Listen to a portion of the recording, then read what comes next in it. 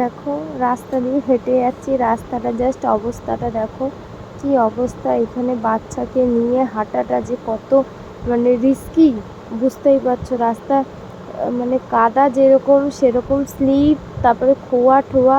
তো আমি, আমার হাজবেন্ড সবাই যাচ্ছি, আর আমার ছোট বাচ্চাটাকেও নিয়ে যাচ্ছি, যেহেতু বাড়িতে কেউ রাখার নেই, তাই সব ভোট দিতে গেছে, তাই আমি আমার মেয়েটাকে নিয়ে যেতে হচ্ছে মানে ভোট দিতে। আমি অনেক দিন এই রাস্তায় হাঁটিনি, তো দেখছি রাস্তাটা জাস্ট অবস্থা দেখো, চারিদিকে জল কাদা। তো আমরা চলে যাচ্ছি ভোটটা দিতে। দেখো আমার মেয়ে কোলে, আজকে আমরা সব সাদা সাদা পড়েছি। আর ভোট দিয়ে দেখো আমরা এখন বাড়ি চলে এসেছি। এই যে ভাত ডাল, এটা হচ্ছে আমি রান্না করেছিলাম, মা বলেছিল তরকারি পাঠাবে, তাই আর কিছু করিনি।